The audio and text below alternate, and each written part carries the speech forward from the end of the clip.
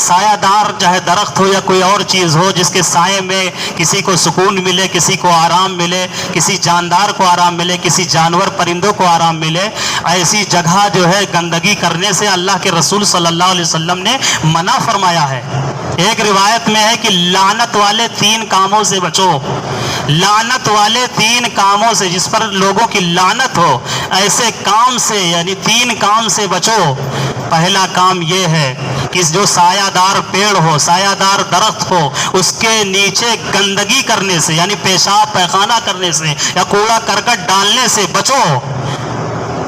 کہ تمہارے گندگی کر دینے کی وجہ سے وہاں کوئی بیٹھ نہ پائے,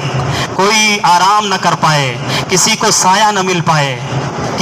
کوئی اپنے تپش سے, دھوپ کے حرارت سے اپنا بچاؤ نہ کر پائے اس کے نیچے بیٹھ کر کے. تو سایہ دار درخت کے نیچے گندگی کرنے سے اللہ کے رسول صلی اللہ علیہ وسلم نے منع فرمایا ہے.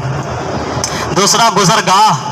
یعنی راستے میں گندگی کرنے سے بچو. جو لوگوں کا راستہ ہے, چلنے کے لیے راستہ ہے,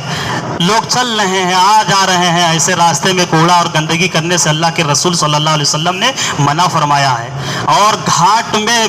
گندگی کرنے, گھاٹ یعنی پانی جہاں لوگوں کے پینے کی ہو, کوئی بھی ہو, کنواں ہو, نہر ہو, ندی ہو, نالا ہو, ٹنکی ہو, یا جہاں بھی جیسے بھی لوگوں کے, پرندوں کے اور جانوروں کے پینے کا پانی اکٹھا ہو, موجود ہو گڑھے میں, وہاں گندگی کرنے سے, پانی میں پیشاب کرنے سے, پانی میں لیٹرنگ کرنے سے, یا اسی طرح گندگی ڈالنے سے کہ جس کی وجہ سے پانی خراب ہو جائے, اللہ کے رسول صلی اللہ علیہ وسلم نے منع فرمایا ہے.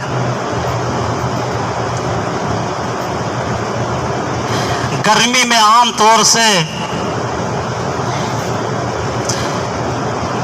گرمی لگ جانے کی وجہ سے, اس کی شدت کی وجہ سے کیڑے مکوڑے بھی اپنے بلوں سے باہر آ جاتے ہیں, سانپ بہت نکلتے ہیں, بچھو بہت نکلتے ہیں, زہریلے کیڑے مکوڑے باہر نکلتے ہیں, وہ بھی گرمی کی وجہ سے. تو ایسے میں روایت میں ہے کہ صفائی ستھرائی کا خاص خیال رکھنا چاہیے, اپنے گھر کو صاف رکھنا چاہیے, کمرے کو صاف رکھنا چاہیے, جہاں رہ رہے ہیں اس جگہ کو صاف رکھنا چاہیے, تاکہ موذی جانوروں سے, موذی کیڑے مکوڑوں سے, سانپ بچھو سے بچا جا سکے, ان سے حفاظت ہو سکے. اور پھر گندگی کی وجہ سے اس گرمی میں جو تمام طرح کی وبائی بیماریاں پھیل سکتی ہیں ان سے بھی حفاظت ہو سکے. تو ایک گرمی میں یہ ہے کہ صفائی ستھرائی کا خیال رکھا جائے, خاص خیال رکھا جائے, خوب صاف ستھرا رکھا جائے. اس گرمی میں عام طور سے بجلی چوری کر کے اے سی کا چلانا یہ بھی بہت سخت گناہ ہے, اور اس کی سنگینی جب بڑھ جاتی ہے کہ تب جب جو ہے بے پناہ چوری کر لینے کی وجہ سے بجلی کا نظام خراب ہو جاتا ہے. اتنا ہی یونٹ سپلائی ہوتا ہے, اس سے زیادہ اگر چوری سے ہم استعمال کریں گے تو نظام خراب ہو جائے گا, اور بجلی گل ہو جائے گی, یعنی بجلی کٹ جائے گی, لائٹ خراب ہو جائے گی. اور جب لائٹ, بجلی کا نظام خراب ہو جائے گا تو ایک کی وجہ سے 100 لوگ پریشانی میں آ جائیں گے, 100 لوگ پریشانی میں آ جائیں گے. اور ہمیں کوشش یہ کرنی چاہیے کہ اگر ہماری ذات سے کسی کو فائدہ نہ پہنچے تو نقصان بھی نہ پہنچے ہماری ذات سے, ہماری ذات سے کوئی پریشان بھی نہ ہو, ہماری ذات سے کوئی تکلیف میں نہ آئے. اس لیے غیر قانونی کام کرنے سے, خاص کر کے بجلی چوری کر کے اے سی چلانے سے ہمیں بالکل گریز کرنا چاہیے, سنگین گناہ ہے. اس گرمی کے موسم میں ہمیں کرنا کیا چاہیے؟ گرمی کے موسم میں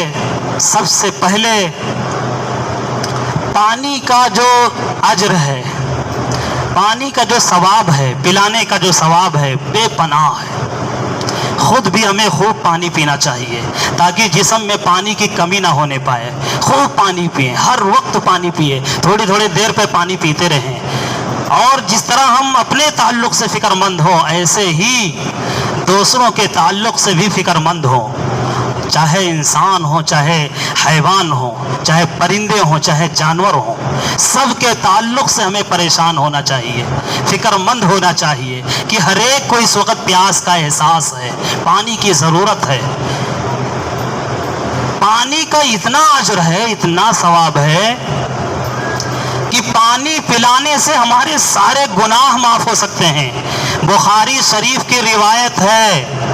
کہ ایک فاحشہ بدکار عورت نے ایک پیاسے کتے کو پانی پلا کر کے اس کی جان بچا لی تھی۔ اس بدکار فاحشہ عورت کے اللہ تبارک و تعالیٰ کی جانب سے مغفرت کا فیصلہ کر دیا گیا۔ تو جانور کو پانی پلانے سے سارے گناہ کی معافی ہو سکتی ہے، تو کسی پیاسے انسان کو اگر ہم پانی پلا دیں تو کتنا ہمیں ثواب ملے گا اور کتنے ہمارے گناہ معاف ہو جائیں گے۔ آج ہم اتنے سب کچھ اجر و ثواب جانتے ہوئے ہم پانی پلانے سے بہت زیادہ پیچھے ہیں۔ غیروں کو دیکھ لیا جائے، غیر مسلم کو، دوسرے لوگوں کو دیکھ لیا جائے۔ کل ہی میں گیا ہوں، جب راستے میں مختلف جگہوں پہ میں نے دیکھا لوگوں کو پانی پلاتے ہوئے، بس یہی ڈبہ جو چلتا ہے یہی رکھ کر کے جگہ جگہ اور لوگوں کو پانی پلا رہے ہیں۔ بہت ہی جگہ ہم نے دیکھا راستے میں لوگوں کو پانی پلا رہے ہیں، اور کوئی کہیں یہاں سے لے کے وہاں تک جو میں نے دیکھا اس میں سے پلانے والوں میں کہیں مسلمان نظر نہیں آئے، جبکہ یہ اصل مسلمانوں کا کام ہے۔ راہ گیر چلتے مسافر کو ہم پانی کا انتظام کریں، پانی پلائیں، اس میں یہ نہ دیکھیں کون پی رہا ہے، بس پانی ہم پلا رہے ہیں، چاہے جانور پی رہے ہیں، ان کو بھی پیاس کی اس وقت ضرورت ہے، ان کو بھی ہم سیراب کریں۔ بہت آسان طریقہ ہے پانی کا لگا دینا، پانی کا انتظام کر دینا، جگہ جگہ جہاں جہاں جیسے جس طرح سے ہو سکتا ہے ہمارے لیے آسانیاں ہیں، پانی کا بندوبست کر دیں، لوگ پانی پئیں، چھتوں پہ رکھ دیں پرندے پانی پئیں، گھروں کے سامنے رکھ دیں جانور پانی پئیں، کتے پانی پئیں، بلی جو بھی جانور ہیں سب پانی پئیں۔ ہو سکتا ہے ہمارے اس عمل سے، اس معمولی عمل سے اللہ تبارک و تعالیٰ خوش ہو جائیں اور ہمارے لیے بھی مغفرت کا فیصلہ ہو جائے، ہمارے بھی گناہ معاف ہو جائیں۔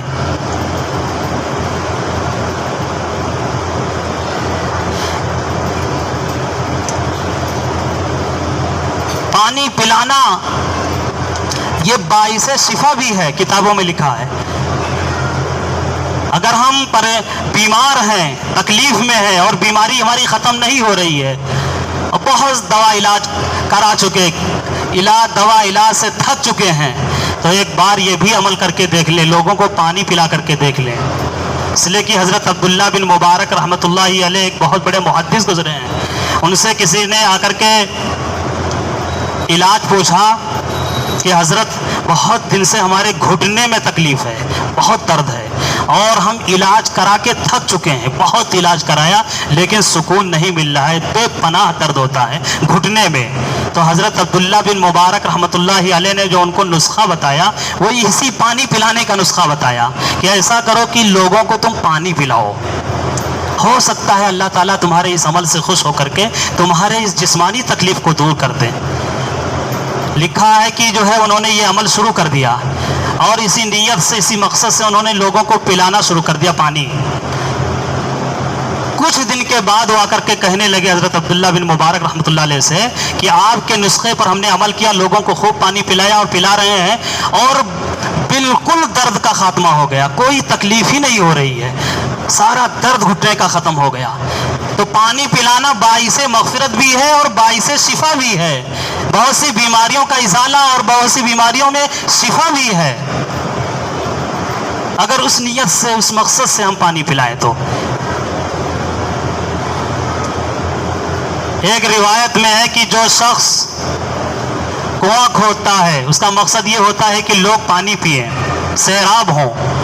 یا اسی طرح نہر جاری کرتا ہے، یعنی پانی کے لیے انتظام کرتا ہے، اور اس کے اس نہر سے، اس کے کنویں سے انسان بھی پانی پیتے ہیں، جانور بھی پانی پیتے ہیں، ہر جاندار فائدہ اٹھاتے ہیں۔ تو اللہ کے رسول صلی اللہ علیہ وسلم نے فرمایا کہ مرنے کے بعد اس کو اس کا اجر ضرور ملے گا۔ یہ پانی پلانے کے اتنے اجر و ثواب بتائے گئے ہیں، اتنے فائدے ہیں۔ تو اس گرمی، شدت کی گرمی میں ہم جہاں اپنے لیے پانی کے لیے ہم کوشش کرتے ہیں خوب پانی پئیں، ایسے دوسروں کا بھی خیال کریں، دوسروں کو بھی سیراب کرنے کی کوشش کریں، خوب پانی پلائیں۔ اور گرمی کے اس موسم سے، موسم گرما سے